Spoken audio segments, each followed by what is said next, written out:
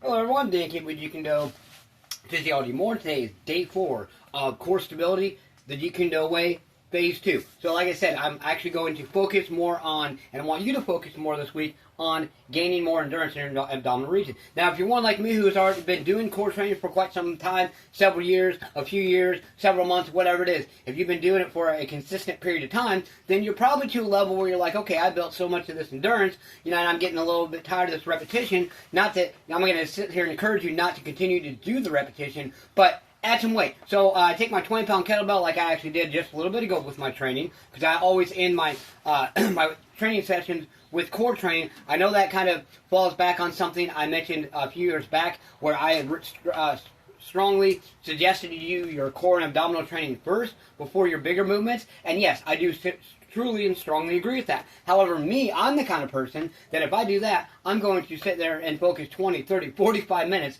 on my core, and then that's taking time away from my training when I know at this point in time in my training, in my life, I do not need to train my core that much. And if I have extra time afterwards, then I can always train a little bit more. If you're one that really wanting to put a strong focus on your core, and that is your weak area, guess what? Do that first thing before your bigger movements like your arms, your legs, your back, whatever it is, okay?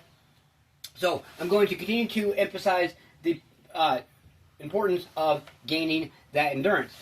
So like I said, if you're in that category of the advanced level, add some weight. I took my 20-pound kettlebell, did the sit-ups that I showed you where you're going to put your feet together, and I elevated them and held the kettlebell against me, boom, and was doing something like that, and coming back slower, but going up, and I did 13 repetitions. And then another way to gain more core stability and also to gain endurance is right after you do with the weight, maybe take 2 or 3 deep breaths, just like I did, and then go and do at least 13 or more repetitions of the same exercise you just did with the weight, but without the weight. That is a way to maximize your endurance. Let's do these things. Let's maximize. Let's keep that endurance going and keep the consistency going. Remember, consistency creates momentum. Once you create momentum, you keep the momentum going, and you're going to have a hell of a lot better time with your training and life. So let's do these things and embrace that discomfort today. Let's get stay motivated, believe in yourself, believe you can do it, and believe that you deserve it. Nice punch, kick that like button, just don't break it. You gotta do something. Do more than what you did yesterday. Get your ass up and push yourself. What have you done today to push yourself? To grind, to embrace that discomfort. Whatever it is, stay consistent, be consistent, create momentum, and keep the momentum going. Push yourself. Let's go.